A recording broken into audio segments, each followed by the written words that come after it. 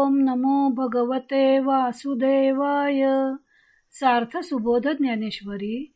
लेखन व वाचन सौ मनीषा भास्कर अभ्यंकर, महाराष्ट्र, मिरज 416410.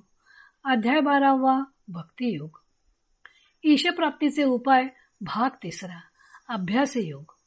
ओव्या आहेत 110 ते 113. भगवंतांनी ईशप्राप्ती करून घेण्यासाठी मन आणि बुद्धी भगवंतांच्या चरणी लावणं अशक्य वाटत असेल तर त्यासाठी अभ्यास योग सांगितला. तीच गोष्ट ज्ञानदेवांचे भगवंत दृष्टांतांनी स्पष्ट करत आहेत. अगा अभ्यास योगू म्हणीचे, तो हा एकू जाणीचे, येणे काही न निपजे ऐसे नाही. अरे अभ्यासयोग जो म्हणतात तो हाच एक आहे असे समज. याच्या योगाने कोणतीही गोष्ट प्राप्त होणार नाही असे नाही. पै अभ्यासाचे निबळे, एका गती अंतराळे, व्याघ्र सर्प प्रांजळे केले एकी. अभ्यासाच्या सामर्थ्याने कित्येक आकाशाच्या पोकळीत चालू शकतात व कित्येकांनी वाघ व साप यासारखे दुष्ट प्राणी स्वाधीन करून घेतले.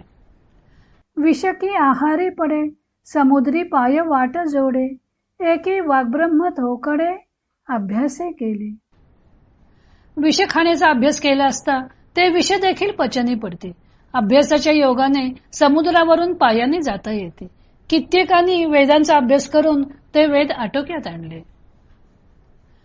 म्हणून अभ्यासासी काही सर्वथा दुष्कर नाही, या लागी माझ्या ठाई अभ्यासे मिळ. म्हणून अभ्यासाला कोणतीही गोष्ट मुळीच कठीण नाही. याकरता माझ्या स्वरूपी तू अभ्यासाने एकरूप हो.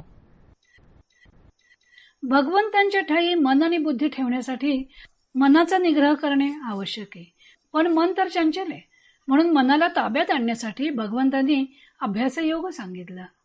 एक एक क्षण मन भगवंतांच्या ठाई स्थिर करण्याचा प्रयत्न करावा, म्हणजे हळूहळू विषयांबद्दल अरुची निर्माण होत जाऊन मन भगवंतांच्या ठाई स्थिरावेल. ही गोष्ट ज्ञानदेव दृष्टांतांनी स्पष्ट करतात. पहिला दृष्टांत आहे नदीचा. शरद ऋतू आला की आकाश निरभ्र होते, पाऊस कमी झालेला असतो, त्यामुळे नद्यांचं पाणी सुद्धा कमी होतं. भगवंत सांगतात की शरद ऋतू लागल्यावर जसं आकाश निरभ्र होतं तसेच भक्ताचे चित्त भगवंतांकडे लागले की विषयांचे मेघ पांगायला लागतात आणि शरद ऋतूतील नदीचं पाणी कमी व्हावं त्याप्रमाणे भक्ताच्या चित्तात असलेले प्रपंचाचे प्रेम कमी होतं. दुसरा दृष्टांत आहे अमावास्येचा. पौर्णिमेला चंद्र पूर्ण होतो. पौर्णिमेपासून अमावास्येपर्यंत त्याची एक एक कला कमी होत जाते. अखेर अमावास्येला चंद्रबिंब दिसेनासच होतं. तसंच साधकाचं असतं. सुरुवातीला प्रपंचाकडे चित्त लागलेलं असतं. इच्छा, आकांक्षा, विषय वासना या वाढत गेलेल्या असतात. पण भक्त जशी जशी भक्ती करू लागेल, परमात्म्याच्या ठाई चित्त एकाग्र करण्याचा प्रयत्न करेल, तशी या विषय वासनांना ओहोटी लागते. त्या कमी कमी होत जातात व अखेर अशी एक वेळ येते की साधकाच्या मनातून त्या हद्दपार होतात.